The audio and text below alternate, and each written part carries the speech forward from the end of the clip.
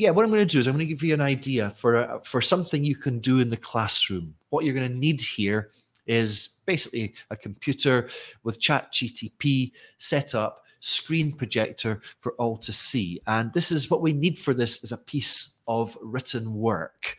Now, there's a lesson plan called Station Squabble. I know there's a few members here looking at you, Sonny. And it makes use of a fantastic image. It's a photograph. Its title is Station Squabble. And you may remember this from last year, or 2020, I think. Have you seen this before?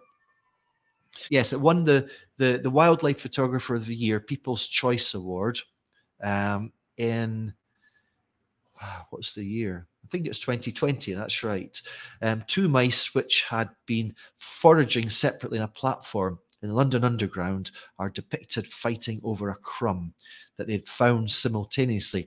And the photographer is a young man called Sam Rowley, and we were lucky enough to have Sam appear in the membership last year. It was really amazing. He told us the story behind this photograph, how he came to take this photograph, and the lesson plan that I've mentioned before actually uses a transcript of that interview with Sam Rowley, so students can learn about what goes into the procedure of a single snapshot like that. Oh God, I didn't mean to call it a snapshot. That would seem to, undermine the work and the artistry that goes into it. So why am I showing you this image? What's this all about? Well, a good starting point to use this image, or an image like it in the classroom, is to say to your students, right, I'm going to show you a picture, and all I want you to do is put it into words. It's as simple as that. I don't even like to give students any help here language-wise. I like to give them dictionaries, because if you were to say fighting, write that word on the board, fighting, you're maybe pushing their own personal narrative in a direction it would not have otherwise gone. You want to get involved in your students, the narratives that they construct in response to an image like that. That's what I find interesting about this. Not everybody will see these mice as fighting. Some people might decide that they're dancing, or one of the mice is helping the other one up. There's a lot you could say about it. And I'm going to introduce you now to one of my own students called Kiara through a text that she wrote in response to this image. And it says, or she said, this is a wildlife photograph. We can see a train station, maybe is late because there aren't too much people. At the center of the photograph are two little mouses. They look angry in the middle of a frighting, with an R there. One of the mouses is grabbing the other by the arms. I loved that phrase that she came out with. The other is in the floor, nearly for fall down. I wonder how they can arrive to that situation. Perhaps one of them still the foot of the other. I wonder how long it will resist in that position.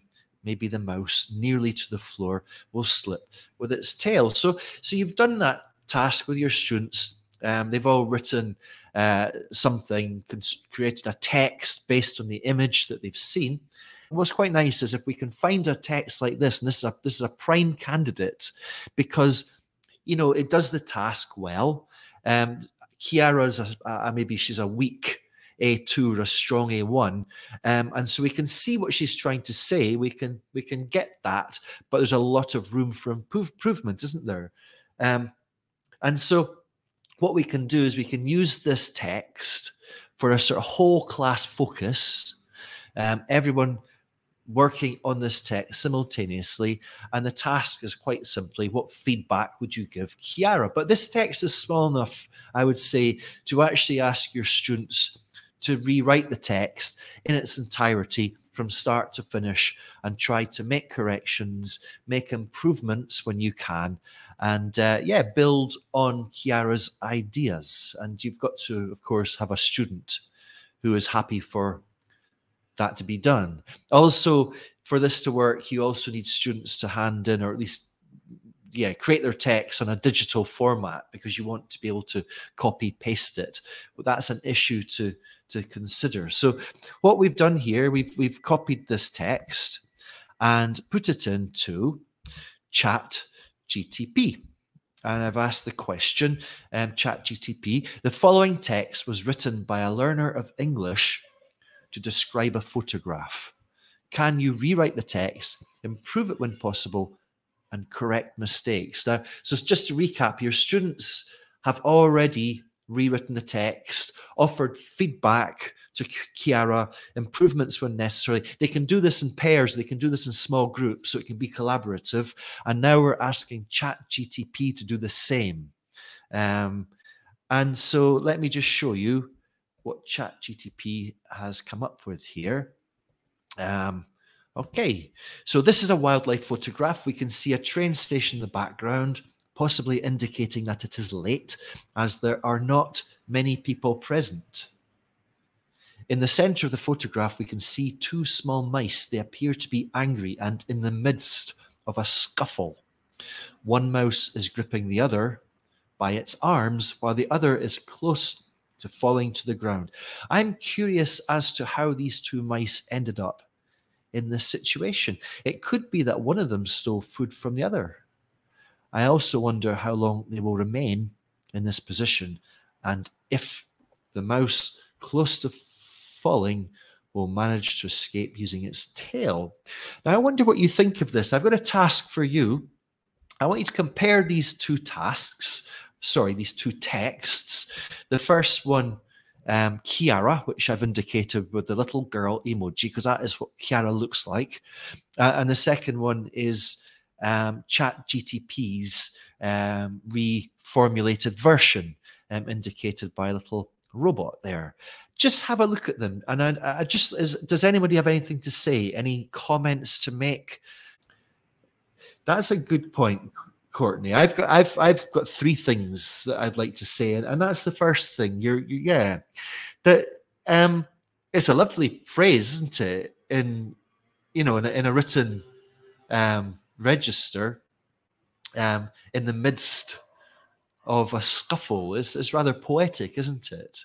But midst and scuffle, both of those words are off the charts on the CEFR. The descriptors, they are beyond C2, and we're working here with some B1, A2, A1 students, and so it's not exactly going to be the best idea to introduce them to language like that, is it? Similar with this phrase, I am curious as to know, which is quite idiomatic, isn't it? My recommendation for you, Kiara, would be to stick with along the lines of what you did before, which would be in the middle of a fight, which is really Kiara's original answer, but she called in the middle of a fighting. So, equip her with what she needs before moving on to C2 language. Alan has said misinterprets. That's an interesting one, Alan. What did you think Kiara wanted to say? Because I thought the same thing. My initial thought is that's not what Kiara wanted to say. I thought Kiara was saying that the mouse that's closest to the floor might trip over or slip over or fall over its tail. Are you thinking the same thing, Alan? Because that's certainly I was wondering. And in fact, at a time like this, there's ambiguity, and what we have to do is really, go back to the source of the text, in this case, Kiara, and ask her. And that's exactly what I did. I phoned her up. She thought, why are you phoning me up, Jamie? Crazy. And I asked her the question, and we established that she wanted to say that the mouse near the ground might slip, fall over, and land at its tail. So this is a case of, you. That's how you interpret it too, Alan. This is a case of human 1, ChatGTP 0. Karina says that it lacks the charm of the original version. It does, doesn't it? What about that second sentence in the ChatGTP reformulated text? It says, it's very clumsy, isn't it? We can see a train station in the background, possibly indicating that it is late, as there are not many people present. I found that to be quite a clumsy sentence. Do you agree with that? It's got the order of the ideas in that sentence is very strange. I would have expected it to mention the lack of people, and then mentioned that, and that might indicate that it's late, but it seems to have put those two ideas in the wrong order, which, yeah, strikes me as clumsy. We could ask students then to rework that sentence. I don't even know if it needs to put those two sentences into one, merge them. Or we can actually even ask ChatGPT to do it itself. The second sentence in your first text is clumsy. Can you suggest 5 alternative simple ways to rephrase it? Here are 5 alternative phrase versions. The photo shows a train station that looks empty, perhaps because it's late. The train station is almost empty, maybe because of the time, etc. So we can keep on going to ChatGPT, ask follow-up questions, give it follow-up tasks, and that's, this is what we can do with it. The train station isn't strictly in the background; it's the whole picture. Absolutely right, and I think that's what happens when ChatGPT, because it hasn't seen the image that we're working with, and that's one of the limitations. That's very, very important to be aware of that. And one of the things that I've been learning, that I think a lot of us have been learning over the time that we've been getting to know it, is the importance of the questions that we ask it, the tasks that we set it, and the information that we give it. And that was my first instruction. The following text was written by a learner of English to describe a photograph. Can you rewrite the text, improve it when possible, and correct mistakes? This is another way I could have asked it, which has been more successful, I feel. The following text was written by a learner of English to describe a photograph. The photograph was taken inside a London Underground station. The subject, 2 small mice on the platform, appear to be having a fight. Can you rewrite the student's text, improve it when possible, and correct mistakes? In your response, please only use words and phrases that a B1 learner of English would understand. So I'm trying to push it up a bit to that +1, if you like. And here is what we got. It's a wildlife photograph, shows a train station with not many people around. In the middle of the photo, there are 2 small mice. So it's not referring to this train station as a background anymore, Mike. They look angry. They seem to be fighting. One mouse is holding the other by its arms. The other mouse is close to falling to the ground. I wonder how they got into this situation. Maybe one of them took the other's food. And that last sentence, I wonder how long they will stay in this position. Maybe the mouse close to the ground will slip with its tail, which is, again, it's not quite got that, has it?